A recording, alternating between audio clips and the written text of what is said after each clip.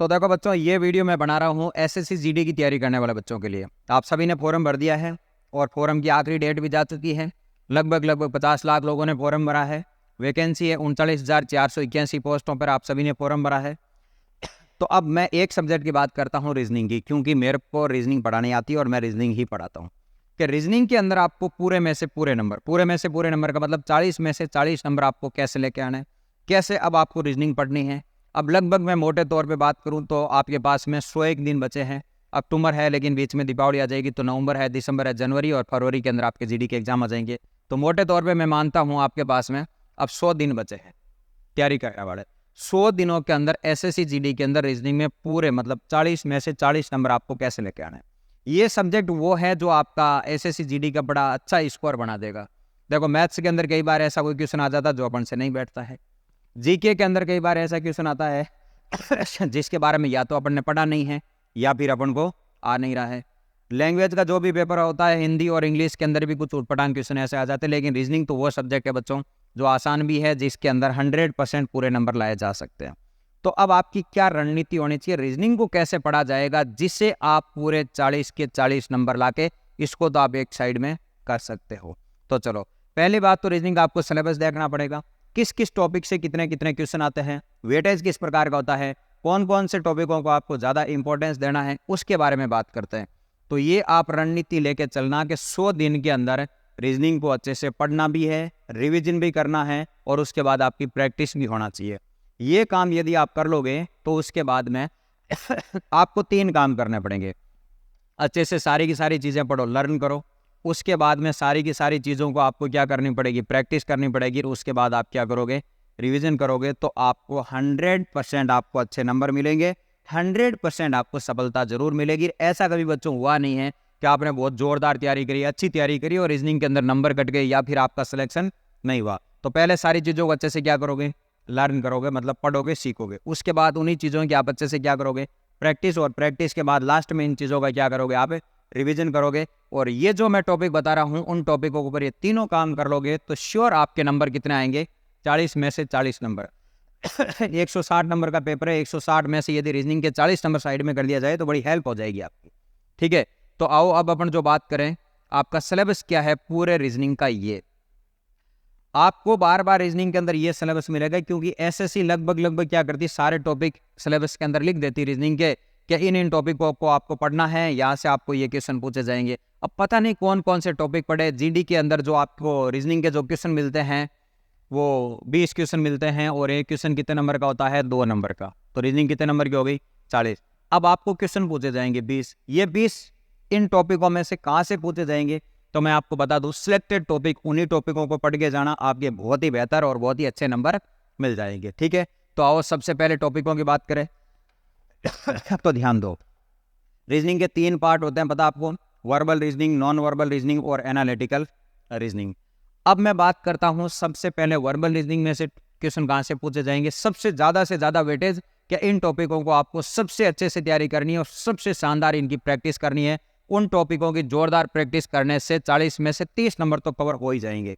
फिर अपन बात करते हैं 10 नंबरों की। तो ध्यान दो, सबसे पहले जो आपको अच्छे से टॉपिक पढ़ना है वो पढ़ना है आपको when diagram, mathematical operation, coding decoding, analogy, classification, series, alphabet और मिसिंग नंबर। अब ये टॉपिक कितने हो गए, देखो 1 2 3 4 5 6 7 और ये 8। ये 8 टॉपिक तो ऐसे हैं बच्चों जिनको आपको बहुत जोरदार आपको प्रैक्टिस करनी पड़ेगी। ठीक है, इन 8 टॉपिकों की प्रैक्टिस करने से आप रीजनिंग के अंदर जो टोटल नंबर है ना आपके पास में 40 नंबर, 40 में से आप लगभग 30 नंबर के आसपास पहुंच जाओगे।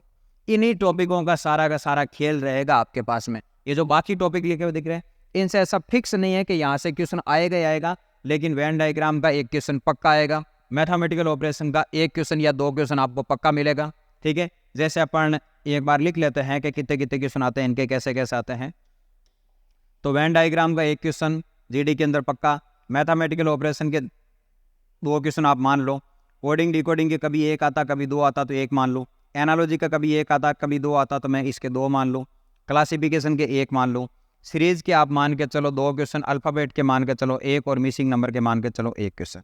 अब इन क्वेश्चनों को जोड़ो तो एक बार देखो, 2 और 1 3, 4, 5 और 1 6, 7, 8 और 1 9, 10 और ये 11, 11 का डबल करो कितने नंबर हो गए? 22 नंबर पर आप पहुंच चुके। ठीक है नंबर हो रहे हैं 22, लेकिन कभी कभार कोडिंग डिकोडिंग के 2 क्वेश्चन पूछ लिए जाते हैं, सीरीज के 2 क्वेश्चन पूछ लिए जाते हैं, मिसिंग नंबर के भी 2 क्वेश्चन पूछ लिए जाते हैं। ये वो टॉपिक है जहां से आपको 100% क्वेश्चन आपको पूछे जाएंगे। ठीक बात है क्या? ये तो हो गया आपके पास में 11 क्वेश्चन। अब 11 क्वेश्चन होने के बाद आपके पास में क्वेश्चन कितने बचे बोलो? टोटल 20 क्वेश्चन आएंगे, 8 क्वेश्चन आपके पास में और बचे। अब मैं आपको बता दूं, 8 क्वेश्चन में से 2 क्वेश्चन आपको पूछे जाएंगे नॉन वर्बल के। ठीक है, अब नॉन वर्बल के अंदर इतने सारे टॉपिक है, जहां से सीरीज का भी नॉन वर्बल का क्वेश्चन आता है, एनालॉजी है, क्लासिफिकेशन है, पेपर फोल्डिंग कटिंग है, इमेज वाला क्वेश्चन है, मिरर इमेज, वाटर इमेज है, बाकी ये सारे टॉपिक। अब मैं आपको बताऊं कौन कौन सा पढ़ना है। एक तो सीरीज के क्वेश्चन आने के चांस रहते हैं, और एक आपके पास में पेपर फोल्डिंग का क्वेश्चन आएगा, एक इन दोनों में से एक क्वेश्चन और आ जाएगा। तो बाकी ये सारे टॉपिक आपको पढ़ने की जरूरत नहीं है। आप एक सीरीज के कुछ क्वेश्चन करके चले जाइए नॉन वर्बल के, पेपर फोल्डिंग कटिंग को अच्छे से पढ़ लीजिए, मिरर इमेज, वाटर इमेज को अच्छे से पढ़ लीजिए। क्वेश्चन कितने हो गए बोलो? 2। तो पहले 11 हो गए थे आपके पास में ये टॉपिक, तो 11 और 2 कितने हो गए? 12 और 13 क्वेश्चन आपके पास में ये हो गए अब ये टॉपिक है आपके पास में एनालिटिकल रीजनिंग, या फिर मैं ये कह सकता हूँ थ्योरी वाले टॉपिक। थ्योरी वाले टॉपिक से एक शिलोक्स का 100% एक क्वेश्चन आपको पूछा जाएगा। अब जो एक क्वेश्चन पूछा जाएगा ना, या तो स्टेटमेंट कंक्लूजन से या स्टेटमेंट आर्ग्यूमेंट से, इन दोनों टॉपिकों से एक क्वेश्चन और पूछा जाएगा। एक और एक कितने हो गए बोलो? 2 हो गए। तो 13 और 2 कितना हो गए? 15 क्वेश्चन। टोटल क्वेश्चन कितना है? 20। तो 15 क्वेश्चन बन गया आपके पास में। 11 क्वेश्चन यहाँ से, 2 क्वेश्चन यहाँ से और 2 क्वेश्चन यहाँ से। ठीक है, तो जैसे मैं वेटेज बता रहा हूँ, जैसे थ्योरी वाले टॉपिक है ये सारे टॉपिक, और बहुत ही जोरदार, इनके ऊपर मेहनत करने की जरूरत नहीं है। अब फिर मैं बताऊंगा एक एक छोड़ना सिलेबस कुछ भी नहीं, क्योंकि जीडी की भर्ती अभी है, आप नेक्स्ट भर्ती की वेट नहीं कर सकते हो। ऐसा नहीं हो सकता कि जो मैंने बताया कि यहाँ से आपको 2 ही क्वेश्चन पूछे जाएंगे। ये मैं वो टॉपिक बता रहा हूँ जिनको हर हाल में पढ़ना है, छोड़ना किसी हालात में नहीं है। ये तो वो टॉपिक है, बाकी सिलेबस तो आपको सारा पढ़ के जाना है। सिलेबस का कभी भी कोई भी पार्ट आपको छोड़ना नहीं है, लेकिन मैं इसलिए बता रहा हूँ कि इन टॉपिकों को पहले और इन टॉपिकों के ऊपर ज़्यादा फोकस करा जाए, क्योंकि इनके क्वेश्चन तो आएंगे ही आएंगे। ठीक है, तो आपके पास हो गए 15 क्वेश्चन। अब मैं बताऊँ आपके पास में 5 क्वेश्चन है। कैलेंडर और क्लॉक दोनों में से कोई क्वेश्चन आए तो एक आध क्वेश्चन आएगा, वरना इसके बारे में कुछ कह नहीं सकते। एक क्वेश्चन आप मान लो ब्लड रिलेशन का, और एक क्वेश्चन मान लो आप डायरेक्शन का। तो ये कितने क्वेश्चन हो गए? 2 और 2 4 और क्वेश्चन हो गए। तो 15 के अंदर में 4 जोड़ दूं बच्चों, तो आपके पास में 19 क्वेश्चन हो गए। अब क्वेश्चन बचा आपके पास में एक है। ये जो एक क्वेश्चन है ना, रैंकिंग से, सीटिंग अरेंजमेंट से, या फिर ये जो सीक्वेंस ऑर्डर है, मैट्रिक्स है, इक्वलिटी अनइक्वलिटी मत पढ़ के जाना, डिसीजन मेकिंग मत पढ़ के जाना। मैट्रिक्स का क्वेश्चन नहीं देता, सीक्वेंस आएगा तो भी बहुत आसान है। अब मैंने जो सारा सिलेबस छोड़ा है ना, इनमें से आपको एक क्वेश्चन कहीं से और पूछा जा सकता है। तो टोटल क्वेश्चन कितने हो गए आपके पास में? 20 क्वेश्चन।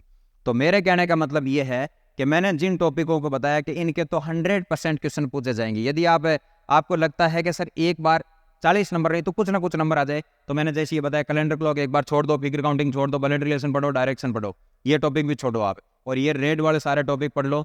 इधर से ये 2-3 टॉपिक पढ़ के चला जाओ, सीरीज है, पेपर फोल्डिंग कटिंग है, इमेज है, वाटर इमेज है, यहाँ से ये 3 टॉपिक पढ़ लो। इतना टॉपिक पढ़ो पहले, और उसके बाद आप मॉक टेस्ट लगाना स्टार्ट करो कि आपके नंबर आ रहे हैं या नहीं आ रहे हैं। फिर देखो कि कहाँ से क्वेश्चन और ज़्यादा आपको पूछे जा रहे हैं। सबसे पहले मैंने आपको ये चीज़ें बता दी। अब मैं बता दूं फिर से कि वो टॉपिक पढ़ो एक बार, और फिर मॉक लगाना स्टार्ट करो।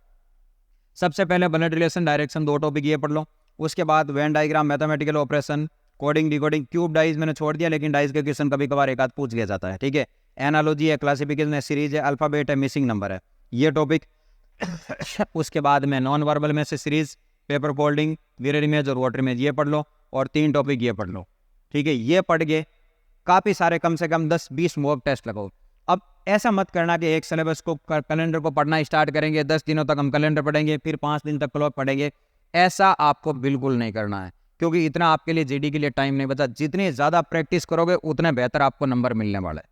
ठीक बात है, चलो। लेकिन ये मैंने कहा कि सारा सिलेबस आपको कवर करना, तो सारा सिलेबस कवर कैसे करोगे? ये तो मैंने वो टॉपिक बता दिए हैं जिनको आपको बहुत अच्छे से क्या करके जाना पड़ेगा, तैयार करके जाना पड़ेगा। चलो, अब सबसे पहले आपको क्या करना है, ये जितने सिलेबस के आपको पार्ट दिख रहे हैं क्या, अब मैं 100 दिनों की बात कर रहा हूं, तो एक बार एक काम करें, कैलेंडर का कहीं से आप, जहां से आप प्रैक्टिस सेट लेते हो या फिर जहाँ आप ऑनलाइन कोचिंग कर रहे हो, जहाँ आप ऑफलाइन कोचिंग कर रहे हो, जहाँ कहीं ना कहीं से तो आप तैयारी कर रहे होंगे। ठीक है, एक बार जितने के जितने टॉपिक दे रखे हैं ना, सारे के सारे टॉपिकों से 2-2 दिन तक उनके क्वेश्चन करोगे। अब थ्योरी नहीं पढ़ोगे आप, क्योंकि देखो रीजनिंग के अंदर थ्योरी का कोई ज़्यादा खास इंपॉर्टेंट है नहीं, इससे आपका टाइम वेस्ट होगा, क्योंकि अब आपके पास में टाइम कम बचा है। तो सबसे पहले जैसे आपने कैलेंडर के 50 क्वेश्चन लिए और 2 दिनों तक कैलेंडर को क्या कर दिया, फिनिश। घड़ी के करीब 50-60 क्वेश्चन लिए, 2 दिनों तक फिनिश कर दिए। फिगर काउंटिंग के लिए इस प्रकार आपको एक बार तो क्या करना है, कोई टॉपिक छोटे आएंगे, जैसे ये वाले टॉपिक है, इनको आपको एक एक दिन भी देना है। जैसे यहाँ पर कुछ कुछ टॉपिक ऐसे आएंगे जिनको एक एक दिन देना है। बड़े बड़े टॉपिक हैं जिनके करीब 50 से 60 क्वेश्चन लेके बैठो कि आज मैं कोडिंग डिकोडिंग के 50 क्वेश्चन करूंगा। ठीक है, कोडिंग डिकोडिंग खत्म हुआ। ऐसे करने के बाद फिर आप मिक्स के अंदर क्वेश्चन लोगे, जहाँ पर पूरी रीजनिंग से कहीं से भी क्वेश्चन पूछा जाए, और जब आपके पास में लग जाए कि जनवरी स्टार्ट हो चुकी है, उसके बाद में आप पढ़ना छोड़ दे एक बार के लिए। पढ़ना मतलब ऐसा नहीं कि पढ़ाई छोड़ छोड़ा के ऐसे कि हाँ सर ने कह दिया पढ़ना छोड़ दे, ऐसा नहीं। मतलब आप थ्योरी नहीं पढ़ोगे, उसके बाद आप सीधे के सीधे मॉक लगाओगे। दिन में जितने मॉक लगा सकते हो उतने मॉक लगाओ, 2, 3, 4। एक मॉक लगे, कहाँ नंबर कटे उसका एनालिसिस करा, दूसरा मॉक लगे एनालिसिस करो, तीसरा मॉक लगे। जितना टाइम मिलता है, शुरू के जो लास्ट का 1 महीना बचे ना आपके पास में, जैसे कि फरवरी में एग्जाम स्टार्ट होने वाला है, तो जब फरवरी के अंदर एग्जाम स्टार्ट हो जाए तो आपके पास में ऐसा होना चाहिए कि पूरी जनवरी के अंदर आपको मॉक ही मॉक लगाना। दिन में जितने मॉक लगा सकते हो उतने में मॉक लगा दो। 1 महीने के अंदर 30 दिन होते हैं, तो आप कम से कम एक टारगेट लग के चले कि लास्ट वाले महीने के अंदर आपके पास में 100 के 100 क्या करना है, मॉक टेस्ट लगाना है। ठीक है, 100 मॉक टेस्ट लगाने से आपको सारी गणित समझ में आ जाएगी कि जीडी के जीके के कैसे क्वेश्चन आ रहे हैं, रीजनिंग के कैसे क्वेश्चन आ रहे हैं, मैथ के कैसे आ रहे हैं। ये सारी गणित आपको समझ में आ जाएगी। ठीक है, तो इस प्रकार से आपको तैयार करना। पहले एक बार ये सारा का सारा सिलेबस है, इन सिलेबस को आपको अच्छे से एक बार 1-1, 2-2 दिन इनकी प्रैक्टिस करनी है। उसके बाद मिक्स के अंदर आपको प्रैक्टिस करनी है। ठीक है ये आपको सारे काम करने पड़ेंगे। ठीक है, और आपको पता है कि चाहे एसएससी जीडी हो, चाहे एसएससी सीजीएल हो, चाहे सीपीओ हो, चाहे 10+2 हो, चाहे कोई भी हो, आपको अच्छे से मेहनत करनी पड़ेगी। खूब सारा संघर्ष, खूब सारी मेहनत आपको करनी पड़ेगी। जब आप मेहनत करोगे तो उसका आपको रिजल्ट मिलेगा। आपको पता है कि खूब सारी मेहनत, खूब सारी संघर्ष बिना करे आपको कभी भी सफलता नहीं मिलती है। जैसा आप मूवी देखते हो, एक मूवी बनी हुई होती है और उसके अंदर एक एक्टर होता है। एक्टर की पूरी जिंदगी के अंदर, मतलब पूरी मूवी के अंदर आपको उसका खूब संघर्ष दिखाया जाता है। पूरी मूवी के अंदर लास्ट में जाके उसकी लाइफ चेंज होती है, तो आपको कितनी इंटरेस्टिंग लगती है ना। तो उसी प्रकार आपका ये संघर्ष भरा जिंदगी है, इसमें आपको खूब संघर्ष करनी पड़ेगी। लास्ट में जाके आपकी सफलता क्या करेगी, शोर मचाएगी। लास्ट में आपको सफलता दिखनी स्टार्ट होगी। तो अभी तो जितनी मेहनत कर सकते हो, जितना संघर्ष कर सकते हो, वो सारा आपको अभी करना है। ठीक है बच्चों, थैंक यू।